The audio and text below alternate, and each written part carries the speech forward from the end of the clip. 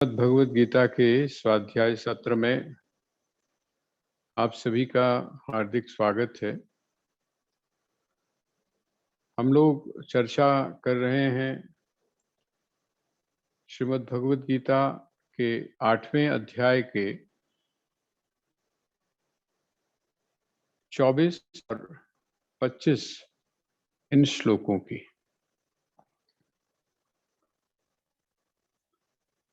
क्योंकि इसमें जो श्लोक संख्या है पूरे 8वें अध्याय की वो 28 है। तो जैसा मैंने कल आपसे निवेदन किया था कि ये विषय जो है ये प्रतीकों के रूप में यहाँ पर भगवान ने कुछ बातें कही हैं जो ट्रेडिशनल है। ट्रेडिशनल का मतलब हुआ भाष्यकारों ने जिस प्रकार से इसकी व्याख्या की है वो शास्त्र की जो एक परंपरा है उसके अनुसार उन्होंने इसके बारे में कहा। हम सिर्फ इतना ही अभी समझें कि दो मार्ग हैं। कौन कौन से? एक मार्ग है जिसको हम शुक्ल पक्ष कहते हैं और एक मार्ग है जिसको हम कृष्ण पक्ष बोलते हैं। और हमने कुछ उस संदर्भ में जो हमारी जो मान्यताएं हैं जिनको हम थोड़ा बहुत जानते हैं उस संदर्भ में भी जोड़कर हमने इसकी व्याख्या करने का प्रयास किया। आप जानते हैं कि जितना जो शुक्ल पक्ष है उस शुक्ल पक्ष में देवताओं की आराधना का विशेष प्रयोजन है। आजकल हम लोग यहाँ मिशन में जब शुक्ल पक्ष होता है तो हवन आदि का कार्यक्रम आजकल चल रहा है। और जो कृष्ण पक्ष है, कृष्ण पक्ष क्योंकि आप सभी जानते हैं कि वो किसके साथ में जुड़ा हुआ है, तो वो जुड़ा हुआ है पितरों के साथ। तो एक देवता हो गए और दूसरे पितर हो गए या पितृ लोग। अब यहाँ पर आप ऐसे भी समझ सकते हैं कि एक सूर्य मार्ग हो गया और एक जो है वो चंद्र मार्ग हो गया। सूर्य मार्ग कौन सा है? तो कहते हैं सूर्य मार्ग वो है आदित्य जिसको हम बोलते हैं ना। तो भगवान विष्णु कौन है? वो आदित्य जो है जिसको आप सूर्य बोलते हैं उसके अधिष्ठाता कौन है? तो भगवान विष्णु है। तो सूर्य जो है, सूर्य मार्ग का अर्थ हुआ देव मार्ग। और जो चंद्र मार्ग है उस चंद्र मार्ग का अर्थ हुआ जिसको हम ये समझ सकते हैं सामान्य भाषा में जो जिसको हम लोग जिस टर्मिनोलॉजी को हम लोग जानते हैं। कृष्ण पक्ष में क्या होता है? कृष्ण पक्ष में हम श्राद्ध आदि जो कर्म है उसको हम कृष्ण पक्ष में मनाते हैं। तो अमावस्या वाले दिन आप सभी जानते हैं कि आखिरी जो अमावस्या है उसमें विशेष पितरों की बात होती है। तो दो मार्ग बड़े स्पष्ट से हो गए। एक मार्ग हो गया सूर्य मार्ग और दूसरा मार्ग हो गया चंद्र मार्ग। तो जो चंद्र मार्ग है ये कौन सा मार्ग हुआ? तो कहते हैं ये पितृ मार्ग हुआ। और जो सूर्य मार्ग है वो कौन सा हुआ? वो मार्ग हुआ जिसको हम बोल सकते हैं देव मार्ग। गति कैसे होती है? कहते हैं जो व्यक्ति उत्तरायण में जाता है और दक्षिणायन में जाता है। उत्तरायण और दक्षिणायन की मैं सोच रहा हूं क्योंकि मैं बड़ी स्पष्ट रूप से बात करता हूं कि जो एक क्लासिकल जो इसकी एक्सप्लेनेशन है, बहुत सारे जो ग्रंथकार हैं या जिन्होंने इसकी व्याख्या की है उन्होंने इस वाला ये जो कुछ श्लोक है इनको उन्होंने छोड़ दिया है अपनी उसमें थोड़ा सा संक्षेप में इसका स्पर्श करके निकल गए। लेकिन जिन लोगों ने इसके ऊपर भाष्य लिखा है वो लोग उसी बात को करते हैं जिसका जो चर्चा है वो उपनिषदों में आती है। और वो थोड़ा सा बहुत टेक्निकल है। बहुत मैं चाह रहा हूं कि उस चीज को आपके सामने और भी ज्यादा स्पष्ट तरीके से कहा जाए। लेकिन इसको मैं आज चाहता हूं कि ये जो 8वां अध्याय है इस 8वें अध्याय की हम एक तरह से पूर्णाहुति की तरफ बढ़े क्योंकि 2 या 3 श्लोक बस आखिर में रह गए हैं। और हम सोमवार से जो शुरू करें वो 9वें अध्याय को करें। तो आज जो है वो हम आगे के जो श्लोक हैं और इस संदर्भ को जोड़ते हुए उसकी सामान्य एक्सप्लेनेशन करेंगे। कल हम पूरा का पूरा जो ध्यान है वो ये जो उत्तरायण और दक्षिणायन मार्ग की जो चर्चा है, क्योंकि इस बात को लेकर हमारे सामने कई पक्ष आए। ये जो उत्तरायण और दक्षिणायन है, इसको अगर जब आप ज्योतिष के हिसाब से या ग्रहों के हिसाब से जब आप देखते हैं, तो ये ऐसा है कि सूर्य जिस समय दक्षिण दिशा, दक्षिण की तरफ रेखा की तरफ जब बढ़ता है, तो उसको हम दक्षिणायन बोलते हैं। और जब उत्तर की तरफ होता है, तो हम उसको उत्तरायण बोलते हैं। अभी आपने एक एकादशी मनाई है, और उस एकादशी का नाम क्या था? देवशायनी। देवशयनी, देवशयनी का मतलब आज के बाद में जो देवता हैं वो शयन में चले जाते हैं। और जिस समय उत्तरायण होता है, तो उस उत्तरायण में हम ये मानते हैं कि देवोत्थान एकादशी होती है। देवोत्थान एकादशी का मतलब है कि वो जो सोए हुए थे देवता, वो अब जागृत हो गए, जाग गए। शुभ कार्य जो हैं वो शुरू हो गए। ये सारे संदर्भ हैं जिनको हम बहुत सारी चीजों के साथ में जोड़कर देखते हैं। इसकी पूरी की पूरी चर्चा हम ये जो 2 श्लोक है ना, जिनका मैंने कल आपके सामने एक्सप्लेनेशन किया था, 24 और 25 नंबर जो श्लोक है, इसकी जो जिसको हम बोलते हैं सिंबॉलिक जो एक्सप्लेनेशन है, वो हम कल पूरी की पूरी करेंगे। हमने सामान्य रूप से इसका जो अर्थ था, उसको हमने समझ लिया। अब आगे देखिए, जैसे समय समय का आप अंतराल बिल्कुल वैसे ही लीजिए, जैसे आपने जिस समय आप ब्रह्म भुवनान लोकान की बात की थी, अर्थात ये जो ब्रह्मा है, इस ब्रह्मा का जो एक दिन है वो कितने समय का होता है, और इस इनकी जो एक रात्रि है वो कितने समय की होती है। यहाँ पर वो कहते हैं, जो ट्रेडिशनल जो एक्सप्लेनेशन है, परंपरागत एक व्याख्या है, उस व्याख्या में कहते हैं कि वो जो स्थान है वहां पर 6 दिन, 6 महीने का एक दिन होता है, और 6 महीने की एक रात्रि होती है। मैंने शुरू में ही कल ही आपको निवेदन कर दिया था कि यहाँ पर भगवान प्रतीकों का सहारा ले रहे हैं, और वो जो प्रतीक हैं, उन प्रतीकों के माध्यम से जिसकी तरफ लक्ष्य किया जा रहा है, वो लक्ष्य हमको बहुत स्पष्ट समझ में आना चाहिए। अगर वो नहीं आता है, तो हम ये जो श्लोक है इसका स्पर्श करके आगे निकल जाएंगे, एक्सप्लेन नहीं हो पाएगा। तो कल मेरे मन में ये आया कि इसको हम आज जो है वो 8वां जो अध्याय है, इसकी सामान्य व्याख्या हमने की। लेकिन जैसे मैंने आपको कल एक बात निवेदन की थी कि पूरा जो शरीर है, जिसको हम थ्रू डायग्राम हम समझ सकते हैं, वो जो पूरा शरीर है, उस पूरे शरीर को यदि आप 2 हिस्सों में बांट देते हैं, तो कौन कौन से हिस्से हैं? तो कहते हैं ऊर्ध्व का, ऊपर का। देखिए, एक तो अधोगति हो गई, जो नाभि के नीचे का प्रदेश है, उस नाभि के नीचे के प्रदेश से यदि प्राणों का उत्सर्ग होता है, तो ये अधोगति हो गई। जिस समय उसके ऊपर, अर्थात जो मुख है आपका, आपकी जो नासिका है, आपके जो नेत्र हैं, आपके जो कान हैं, इनसे अगर प्राणों का उत्क्रमण होता है, तो गति एक और तरह की है। वो गति किस प्रकार की है? वो आप में बहुत सूक्ष्म कहीं ना कहीं वासना है, सूक्ष्म कहीं ना कहीं कामना है, वो गति हो गई। और उसके बाद जिस समय आप ब्रह्मरंध्र से, ब्रह्मरंध्र का अर्थ जिसको मैंने कल आपके सामने एक्सप्लेन किया था, जिसको सामान्य भाषा में हम लोग जिस भाषा को जानते हैं सांसारिक, वो क्या है? उसको हम बोल देते हैं तालु। वैसे जब आप व्याकरण के हिसाब से देखेंगे, तो तालु का मतलब होता है आपके अंदर, मुख के अंदर का जो भाग है, तो वो तालव्य, जिस समय आप शब्दों का प्रयोग करते हैं, जिस समय जीभ तालु के साथ लगती है, तो वहां कुछ अक्षरों का, तो वो तालव्य होता है। तालु ऊपर, अर्थात शरीर के जो मुख का भाग है उसके अंदर, लेकिन वो जो ऊपर जो दिखाई दे रहा है, उसके लिए भी हम तालु शब्द का ही प्रयोग करते हैं। तो इसका मतलब देखिए, बड़ी स्पष्ट रूप से आपके शरीर में 3 स्थितियां बन गई, जहां से प्राण उत्सर्ग करते हैं।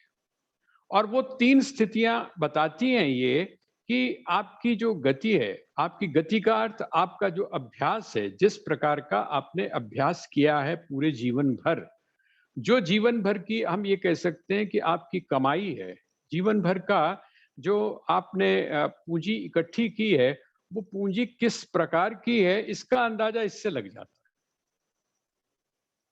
जैसे पहनावा होता है, उठना बैठना होता है ना?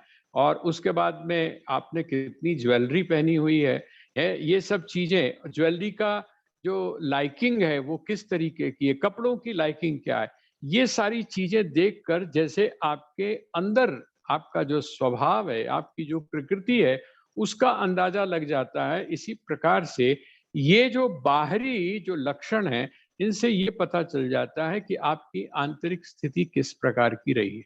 अर्थात आपने पूरे जीवन भर जो साधना की है, वो साधना किस प्रकार की है। एक साधना वो है जिसमें आपकी अधोगति होती है। इसका मतलब वो 84 लाख जो योनियां हैं, उसमें आपको भटकना पड़ता है। कीट पतंग आदि अलग अलग योनियों में आपको जाना पड़ता है। एक गति तो वो हो गई, हम इसको 3 हिस्सों में बांट रहे हैं। एक गति वो हो गई, दूसरी गति वो हो गई जिसमें आप मनुष्य से मनुष्य बनते तो हैं, मनुष्य से मनुष्य बनते हैं, अर्थात आप मनुष्य के रूप में हैं, आपका शरीर छूटा और शरीर छूटने के बाद में आप सीधे मनुष्य के रूप में आ गए। आप में जो है वो भाव किस प्रकार का है, जिसको आप ध्यान कर लीजिए। वहां जब अर्जुन ने ये प्रश्न पूछा था कि मैं अपनी साधना को यदि बीच में छोड़कर समाप्त हो जाता हूं तो मेरी स्थिति क्या होगी, तो वहां पर भगवान ने 2 स्थितियां बताई थी। ये 2 स्थितियां, नीचे वाली जो गति है, अधोगति है, उसको तो आप छोड़ दीजिए, लेकिन ऊपर की जो, ऊपर के भी 2 हिस्से हो गए ना, ऊपर के भी 2 हिस्से हो गए। एक तो वो हो गया जिसको आप कह रहे हैं कि हम तालु से प्राण निकले आपके, आपका जो ब्रह्मरंध्र है, उस ब्रह्मरंध्र के मार्ग से, जिसको हम दशम द्वार बोलते हैं, उस दशम द्वार से आपके प्राणों का उत्सर्ग हुआ। एक स्थिति तो वो हो गई, और दूसरी स्थिति हो गई उससे नीचे की। आंखों से निकले, नाक से निकले, कान से निकले, मुख से निकले, ये एक स्थिति हो गई।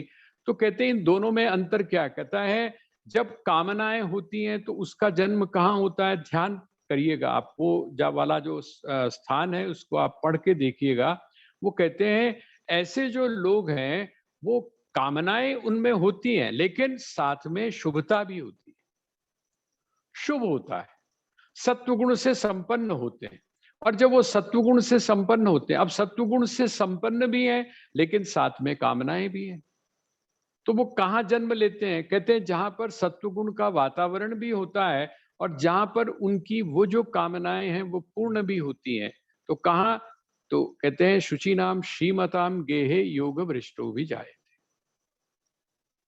ऐसे लोग आपने देखा होगा कि जिनके पास बहुत धन है, जिनके पास समस्त सुविधाएं हैं, सब कुछ है, लेकिन सब कुछ होते हुए भी उनके जीवन को जब आप स्पर्श करते हैं, उनके जीवन को जब आप छूते हैं, या उनके जीवन में जब आप जाते हैं, तो आप ये देखते हैं कि उनमें भोगों के प्रति, उनमें साधनों के प्रति, उनमें अपने पैसे के प्रति, उनमें अपने ऐश्वर्य के प्रति, उनमें अपनी शक्ति के प्रति, जनशक्ति हो या धन शक्ति हो, उसके प्रति किसी भी प्रकार का अहंकार नहीं होता, बड़े सौम्य प्रकृति के होते हैं। उनका जीवन का एक ही उद्देश्य होता है, धन को अगर लगाते हैं तो किस लिए लगाते हैं, जन कल्याण के लिए लगाते हैं। समय ज्यादा से ज्यादा वो अपने आप को, अपना जो उनका स्टाफ है, उस स्टाफ के साथ में भी उनका बिहेवियर किस प्रकार का होता है, तो ऐसा होता है शुद्ध, जिसको एक हम बोल सकते हैं संत है। तो राजा है, तो राजा, राजाओं का समस्त ऐश्वर्य उसको प्राप्त है, लेकिन उसके बावजूद भी वो कौन है, वो संत है। उसकी जो प्रकृति है, उसका जो स्वभाव है, वो संत का है। एक वो स्थिति हो गई। और तीसरी स्थिति क्या हो गई, कहते तीसरी स्थिति वो हो गई जहां वो उनके पास में, देखिए एक शब्द है बड़ा अच्छा, ऐसे ही परसों मैं जब यहाँ पर सैर घूम रहा था, तो मेरे मन में एक दिन एकदम अचानक से एक शब्द आया। मृत्यु के लिए जब कोई मर जाता है तो उसके लिए हम बहुत सारे शब्दों का प्रयोग करते हैं। जैसे महानिर्वाण को प्राप्त हो गया, उसने अपने शरीर का परित्याग कर दिया, वो गुजर गया, है ना? अगर हम अब जो हमारी भाषा होगी वो हम क्या बोलेंगे कि वो जो है अव्यक्त में समा गया। अब वो परोक्ष हो गया, हमारी आंखों से परे हो गया, है ना, वो गोलोक में चला गया। इस तरह से हम बहुत सारे शब्दों का प्रयोग करते हैं, लेकिन एक शब्द अचानक मेरे मन में आया, और वो शब्द कौन सा है, उसको क्या बोलते हैं? एक शब्द और भी है जिसको हम अर्थी बोलते हैं ना, अरथी। निधन। अरथी का, निधन। हाँ, एक शब्द है निधन। हम्म, आज मैंने जो भेजता हूं मैं उसमें वही डाला। पढ़ा है, वो हाँ। शब्द कौन सा है? निधन। निधन। निधन। निधन का अर्थ क्या होता है? जिसके पास में धन नहीं है। जिसके पास में धन नहीं है उसको बोलते हैं निधन। इसको दूसरी भाषा में आप समझ लीजिए निर्धन। निर्धन कौन है? हम धन निर्धन किसको मानते हैं? हम निर्धन उसको मानते हैं जिसके पास में पैसा नहीं। जिसके पास में पैसा नहीं है उसको हम निर्धन मानते हैं। लेकिन जब आप निधन शब्द के ऊपर चिंतन करना शुरू करते हैं तो धन कौन सा है? आपके पास में जो धन है वो धन कौन सा है? कौन सा धन ऐसा है जिससे आप धनवान हैं? वो कौन सा धन है जिस धन के समाप्त होने के बाद में आपके लिए प्रयोग किया जाता है ये वाला शब्द जिसको आप क्या बोलते हैं? निधन बोलते हैं। निधन का अर्थ क्या होता है? निधन का अर्थ होता है मृत्यु। अमुक व्यक्ति का निधन हो गया। निधन होने का इसका मतलब क्या हुआ? सबसे बड़ा धन कौन सा हुआ? तो सबसे बड़ा धन आपका हुआ आपकी आत्मा। अगर आपका आत्मा के साथ में संयोग नहीं है, यदि आपका अपनी आत्मा के साथ में संबंध नहीं है, यदि आप अपने साथ में ही अगर आप इंटरेक्शन नहीं कर रहे हैं, तो आपके पास में भले ही बहुत सारा साधन हो, बहुत सारी समृद्धि हो, बहुत सारा ऐश्वर्य हो, लेकिन आप कौन हैं? कहते हैं आप दरिद्र हैं। आपके पास कुछ नहीं है। आपके पास में कुछ नहीं है, लेकिन कुछ ना होने के बावजूद जिसको हम धन बोलते हैं सामान्य भाषा में, वो आपके पास कुछ नहीं है। आपके पास मकान भी नहीं है, आपने एक झोपड़ी बनाई हुई है, और उसके बावजूद यदि आपका संबंध अपनी आत्मा के साथ में है, अपने आप से है, आप अपने आप से कम्युनिकेट कर रहे हैं, तो आप कौन हैं? आप वो हैं जिसको कि स्वामी राम ने क्या कहा? बादशाह। चाह मिठी चिंता गही, मनवा बेपरवाह, और जिसको कछु न चाहिए सोई शहंशाह। ये जो एक शब्द है, ये शब्द क्या हमने अपने जीवन में क्या कमाया है, ये कमाना, ये कौन सी चीज है, ये बताता है। ये बाहर के जो चीजें हैं ये लक्षण बताते हैं कि आपकी आपकी जो स्थिति है वो कहाँ पर है। आपकी स्थिति यदि अधर अर्थात नीचे की तरफ है, आप भले ही जितना मर्जी बाहर का आडंबर कर लें, लेकिन वो बताता है, अर्थात अंतिम जो चीज है वो बताती है, जो प्रॉफिट और लॉस का जो है वो बताता है कि आपने अपने जीवन में लॉस किया है या आपने अपने जीवन में कुछ कमाया है। आप बहुत सारी योनियों में जाते हैं। एक स्थिति वो, दूसरी स्थिति कौन सी है?